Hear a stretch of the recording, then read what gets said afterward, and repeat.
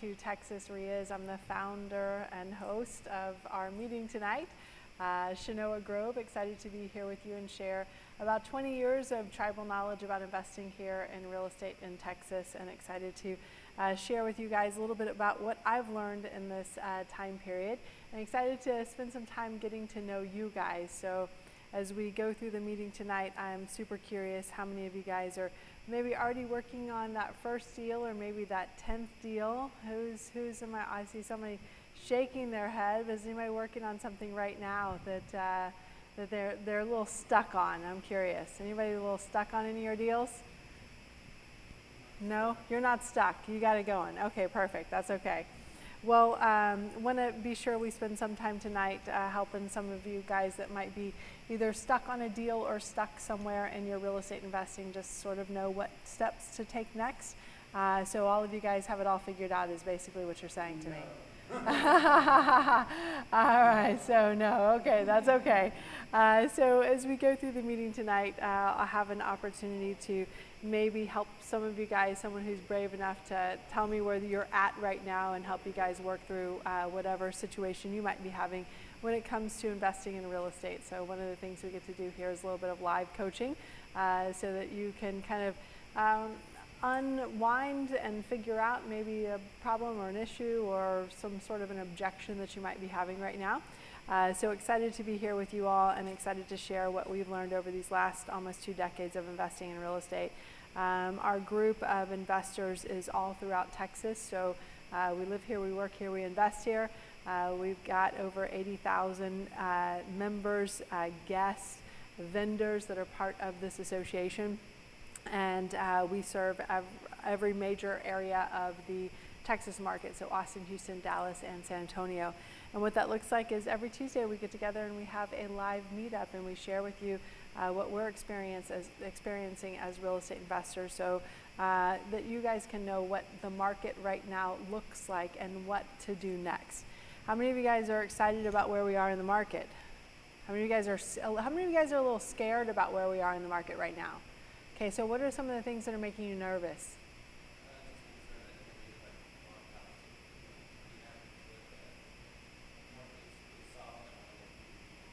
Okay, so a concern of, hey, what if the market changes in the middle of my flip and I can't get out in time and I might lose money? So I think that's a fair concern. I think the market is hitting more than a little bit of uncertainty. So over the last several months, we've seen interest rates go up, which is driving a fair amount of that uncertainty. And it's also driving a reduction in overall sales. It's also driving a fair amount of price reductions as well. So what I will tell you is that now more than ever, when you are deciding on a property to purchase, you need to make sure that your numbers are correct. So there's something about being a first-time real estate investor that usually that's the time that someone will overpay on their investment, and that's actually the last time I would ever want you to overpay on your investment.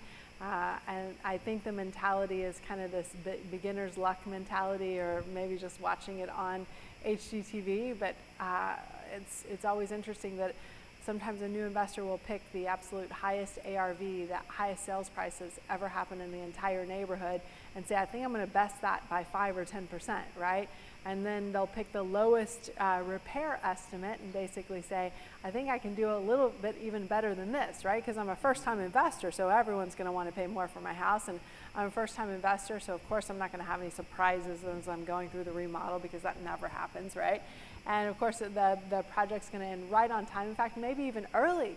I've heard some new investors who have told me, well, I think I'm going to be able to get the project done and sold even before I need to make my first payment to my hard money lender. And it's like, yeah, think again. That never, ever happens, even with seasoned real estate investors. Although it is kind of funny, I did a loan to a real estate investor recently, and they're asking me for a payoff 1 month in. And the reason why they're doing that is because their strategy changed from a buy, fix, and flip. So I gave them a loan to do the entire buy, fix, and flip. I'm paying the renovation part out in draws, so they haven't even asked me for a draw, and they've already got it sold to another person, and they don't even think they're going to need to make the rest of the draws. So that is an unusual situation. Of all the years I've been lending money, this is the first time that someone said, hey, can I pay you back early? So that's a rarity, but I will tell you, in this market, you do have to be very, very cautious. In any market where there's uncertainty, you will win by being cautious. You will win by being smart. You will win by doing your due diligence. And I feel like that's the case in every market, although I feel like the last 2 years have taught investors that, hey, even if we make mistakes, the market will save me. Well, we're not in a part of the market that the market is doing any saving right now. So again, because of the interest rate increases are pulling buyers out of the market, and are also, because buyers are getting pulled out of the market, we're seeing sales go down. And because of that, we are seeing sellers who are doing what? They are reducing their prices. Now, this is, how many people are really worried about the market, like where it's going because of interest rates? None of you guys, none of you guys, none of you guys. Okay, good. So, when you're in a rising interest rate market, the thing that you have to worry about is the fact that the number of sales do go down substantially. But usually the sales prices are not affected. So year over year, we're still fine. We've got, a 5 to 10% increase in most of the markets in terms of average price. Now, we are not doing as well as we were doing in the springtime and the beginning of the year in terms of those average prices. So that's starting to come down a little bit, but still it looks really, really great. So great time to be an investor. You do have to be smarter now, and not depend on the market to quote unquote save you, which I think the market saved a lot of people over the last couple of years. But when the prices are flattening out, that save doesn't come as often. And when prices for both labor as well as materials as well as supply chain shortages are still going on, again, that part of the market's not going to save you. So do your due diligence, do your analysis. As investors, we make our money on the buy.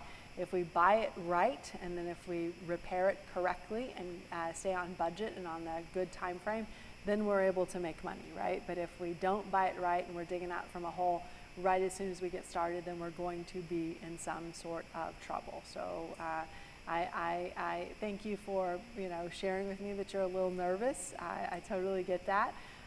This is a market where this is a market we haven't seen before in terms of interest rate increases. At least since I've been investing, we haven't seen this level of interest rate increases. Both the speed of it as well as the amount of interest rate increases, and just every time the Fed gets together. So that is more than a little bit unusual for us, and that's something that we are watching. Now, I will tell you though that when I first started investing back in 2003, interest rates were between 7 and 8%. So the fact that they're in the 6s now, I know has a lot of people crying a little bit, but I will tell you, I've seen it worse, much worse, and some of you guys with gray hair or no hair have seen it maybe even as much as 15 to 18%, right? So that's, I don't see that coming, but that's what the kind of worst case scenario could look like. Even in those markets, prices were still doing okay, right? But the number of sales went down. So we do have a Fed chairman who is very aggressive about slowing down, taming inflation. And it's going to be at the expense of maybe, obviously we've seen the stock market drop substantially over the last several weeks, but we haven't seen any drops in the real estate market in terms of year-over-year prices. We have seen some drops in terms of first quarter versus second quarter type prices, but still very strong market. What's interesting about this market versus the market that we had in 2008, 9, 10, and 11 is that in those markets, the homeowners were in a lot of trouble because of those higher interest rates. They couldn't kind of shift into a backup plan, which is typically buying and holding and renting, right? But because of the loans that have been taken out over the last 3 years, right? Guess what is now a totally viable option? being able to hold these properties and being able to cash flow on these properties. So a lot of times I'll say cash flow in Texas can, for the large cities where the average price is 400 or greater, can be a little bit of an oxymoron, right? Those things don't go together. But when you have a low enough of an interest rate, then you can get that cash flow. So if you look at what the market was doing in 08, 09, 10, 11, there wasn't as much opportunity to cash flow unless you put down probably 30 or more %. And that's why a lot of investors started to go under. And even homeowners started to go under primarily. So that's where we're going to get saved in this market. So if you had the opportunity to refinance over the last 3 years, you probably did, right? And that's going to help a lot of people be able to withstand whatever interest rate increases come in the market as well. So you're seeing a lot of sellers pull off their houses off of the for sale market and put it on the for lease market. And we're seeing the number of leases go up substantially. So for any of you guys that are buy and hold landlords, I'm one of those. This has been a beautiful time in terms of leases because, I lived through 08, 09, 10, 11, where lease prices were basically flat. And now we're seeing lease price increases 10% and in some cases even more. So that's an exciting opportunity as well. And then we are seeing a lot of opportunity as well when it comes to specifically to some of these government programs. And I feel like I sound like a vulture who's starting to slobber at some of these things, get really into it. But what are we seeing right now? We're seeing a lot of those COVID relief programs, those payment relief programs, they're going away. And it's not like they're just going away and, hey, those 2 years of payments, just don't even worry about that. We got you. No, what are they saying now? No, now all of that is due. And a lot of people, most people in fact, are not able to reinstate some of these back mortgages. So we have seen in some markets, for example, the Dallas market, as much as a 40% increase year over year in the number of properties listed for foreclosure. So lots of interesting things happening in the market and lots of twists and turns that make it an exciting thing to be able to work through right now. So I'm curious, who in here is working on something? Who in here is working on a project? Who in here is working on a deal? Who in here is talking to a seller? You. Are either of you struggling or having some objections with the seller or need any help to kind of figure out what the next steps might be? Nope, you got it? How about you? You got it.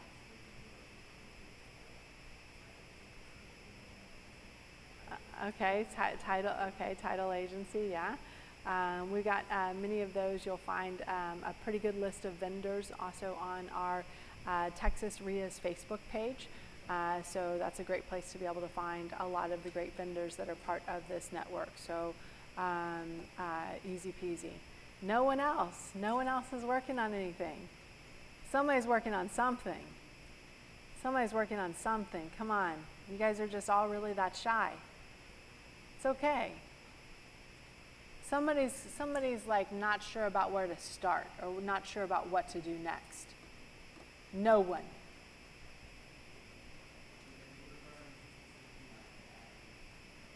Yeah, what do you have?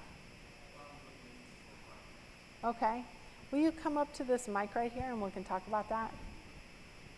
The answer is yes. What is your name, sir? Hakeem. Everyone give Hakeem a round of applause as he comes up to this microphone over here.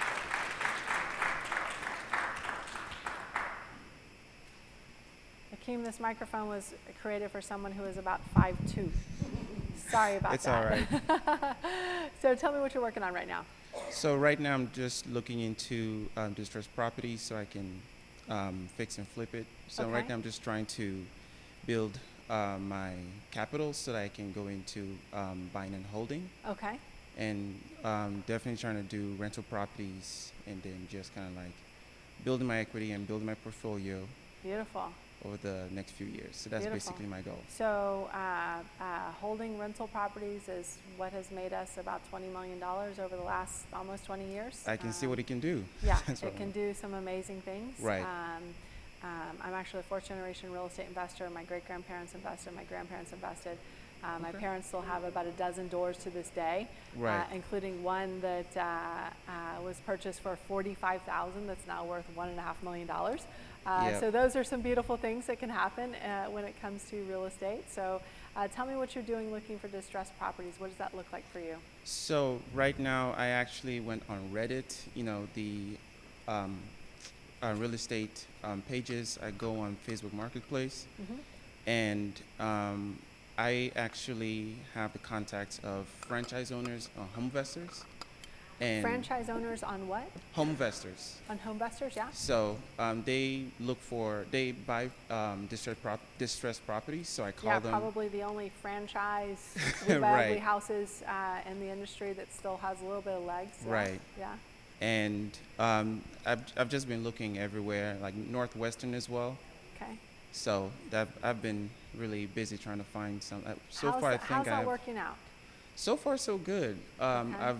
I'm in contact with one right now, Okay. and there's distressed property he's trying to get rid of. So we're just kind of like working on the numbers. So Okay. yeah. So how's the conversation going? He's a really busy guy, so we're lucky to get him on the phone. He's really busy. So is he behind on payments, or what's his motivation? He's just trying to get rid of it. Okay. Is he a landlord or is he a owner No, he occupant? owns the home. Okay. Yeah. Okay. Where's it going to go to next? Our conversation hasn't gone that far yet. Okay.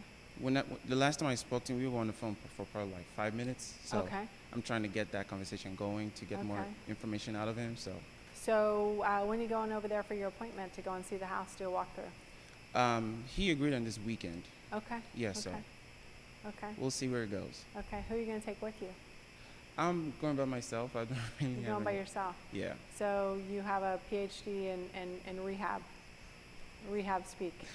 No, I just wanted to talk to him. Yeah. Just to okay. get to okay. know him, yeah. Okay. Who should you take with you? Probably a contractor, maybe an inspector.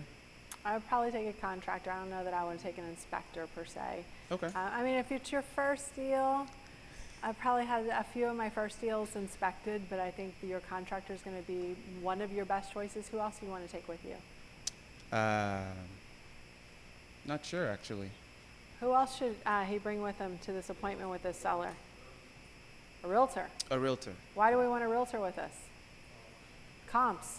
So what do you want to tell the realtor to do before he or she gets over there? Run comps, yeah. Bring those pictures, right? So because the contractor is going to go over there and he's going to say, well, what do you want me to do? And you're going to say, well, I don't know. And then what you need to do is you need to point to the realtor and say, realtor friend, right? Right. What is everyone else in this neighborhood doing? Like, I always like to ask, does the neighborhood have my favorite colors, granite and stainless steel, Right. Or is it a neighborhood where the old butcher block, countertops and the old wood cabinets and the shag carpet it still sells over here. So that's what you want to know. Right. And those two people working together will help to create that scope of work that will tell you what that real rehab budget should be. And then so you have the comps, you have the rehab budget. What do you want to do from there? So basically to figure out what the budget is to fix it and Yep. figure out the ARV is. Yep. And then what are you going to come up with? That I'm still working on. What's our investor offer? What's your investor offer? 120. What's the ARV? Do you know what the ARV is on the property, or? Yes. So Okay. the numbers I got, I actually spoke to the guy who owns the franchise. He helped me come up with the number. Okay. The home as is was 120. Okay. To fix it on the high end is 45, Okay. and the ARV was 225. Okay. So 225 is the ARV.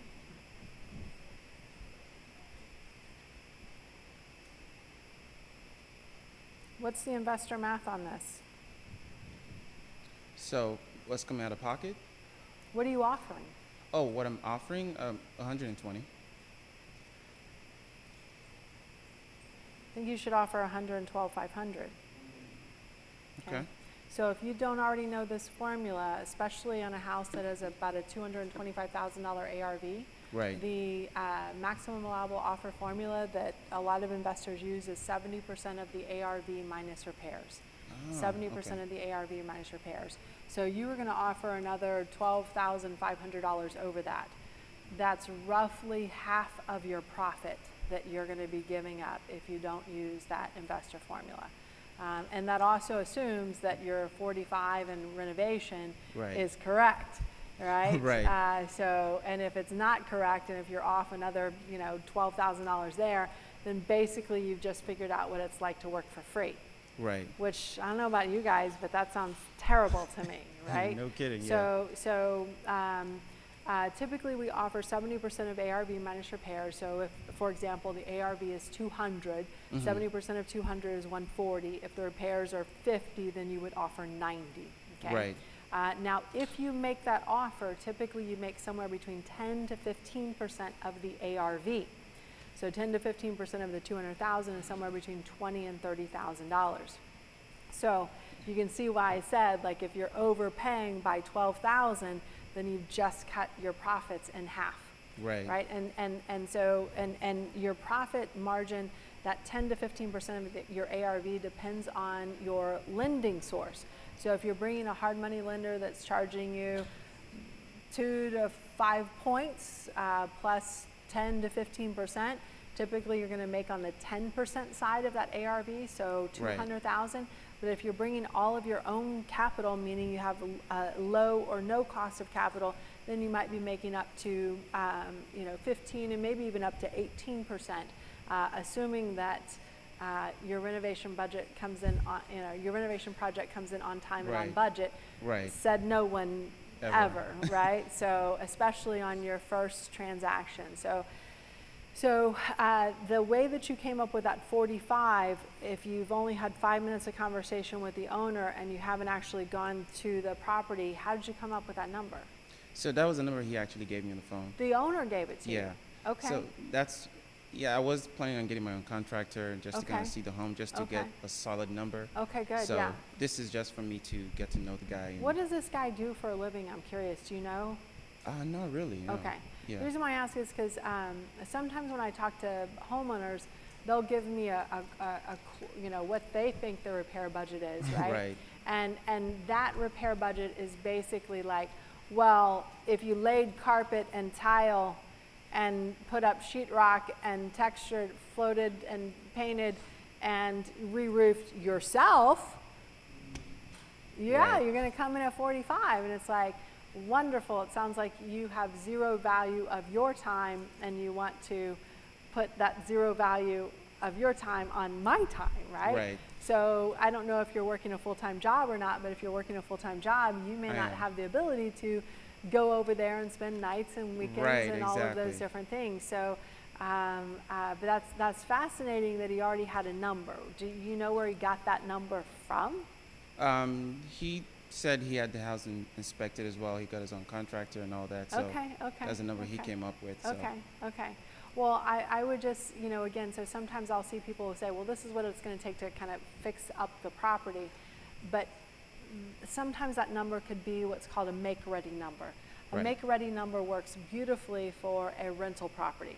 A make-ready number works terribly if you're shooting for the highest ARV that's ever happened in that neighborhood, right? And I don't know where your 225 is based on everything else in the neighborhood, but sometimes what I find is a lot of new investors will pick that highest ARV, but will pick a make-ready repair budget.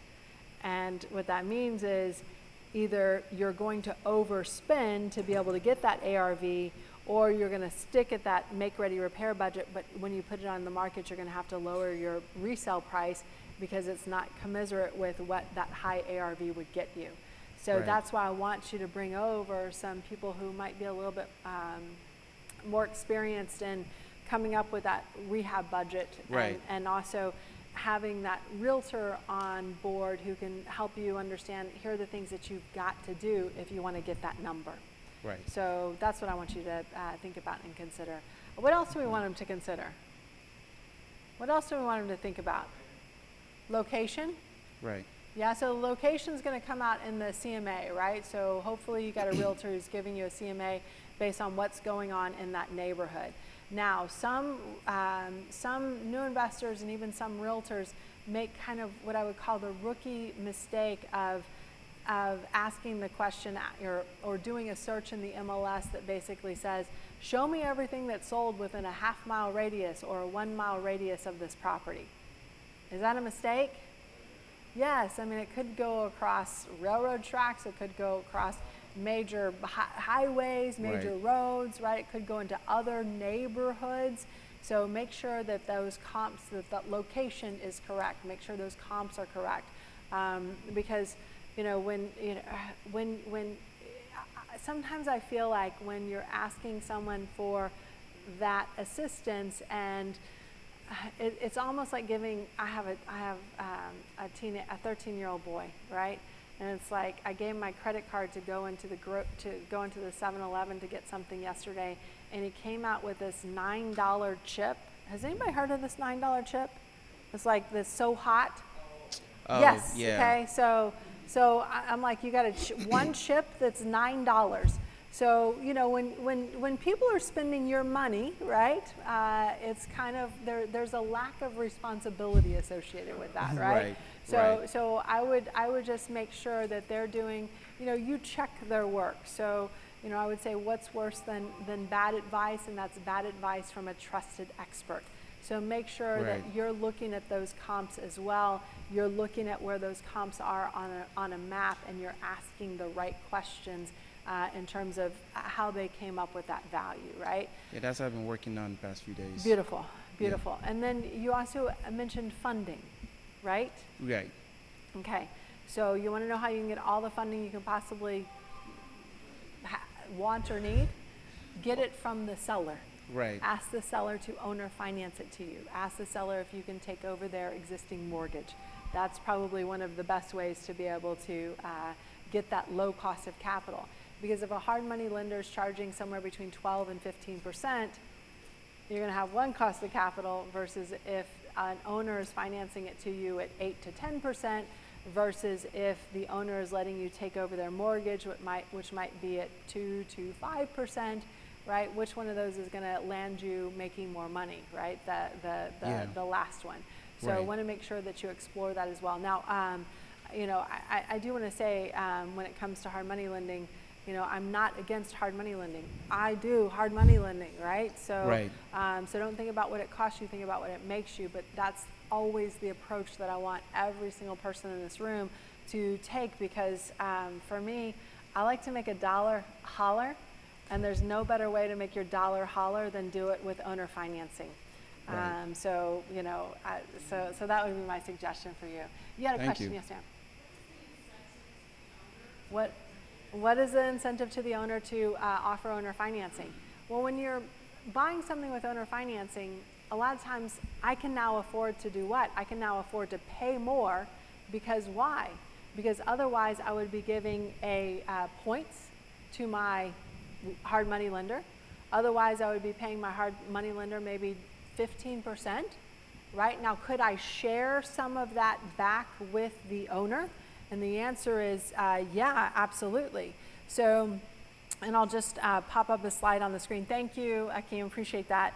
I'll just see if I can pop up a slide on the screen just to kind of give you an idea of what those numbers look like. So let me put this one up. So you can see here the monthly carrying cost, and let me change the screen view a little bit here. The monthly carrying cost, $15,000.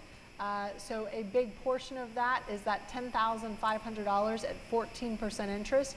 Plus you paid at the initial closing $4,500 for 3 points to be able to get that loan, right? So that's about $15,000 that you're paying a hard money lender.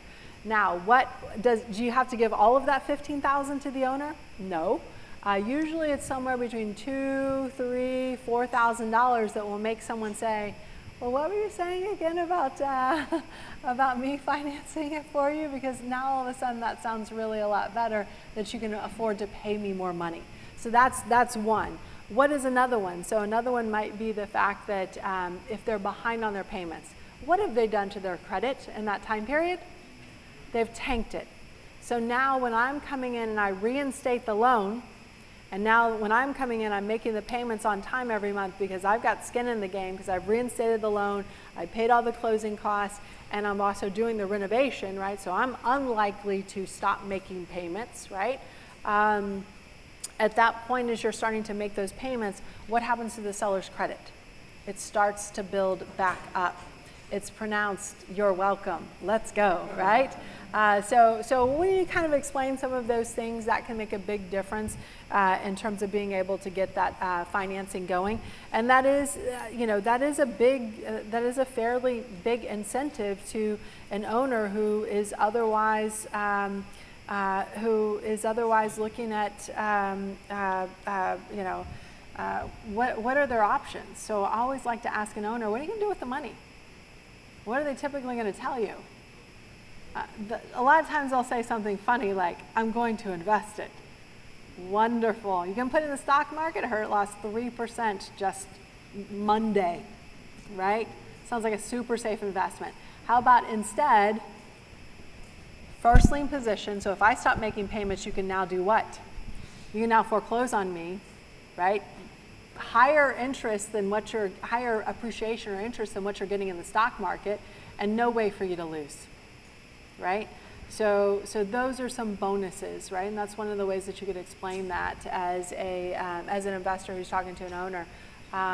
You can pay more, you can improve their credit.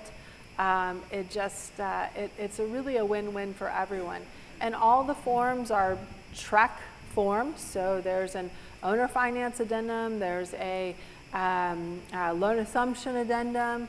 It's all listed on even page 1 of the contract, and then there are separate addendums that go after that. So lots of ways to be able to accomplish this. Now you do have to be at a title company who understands this. Some title companies are only working, for example, with new builders. So all that they know are cash transactions and typical mortgage type transactions. So you do have to be with a title company who maybe lived through the 80s and or the 2008, 9, 10, 11, where a lot of these creative transactions were happening in the first place. So great question. Thank you for asking that. And guys, I think we're about to get set up for the next part of our presentation. So I'm going to see if I can get this going on my own. So let's see if I hit this record button.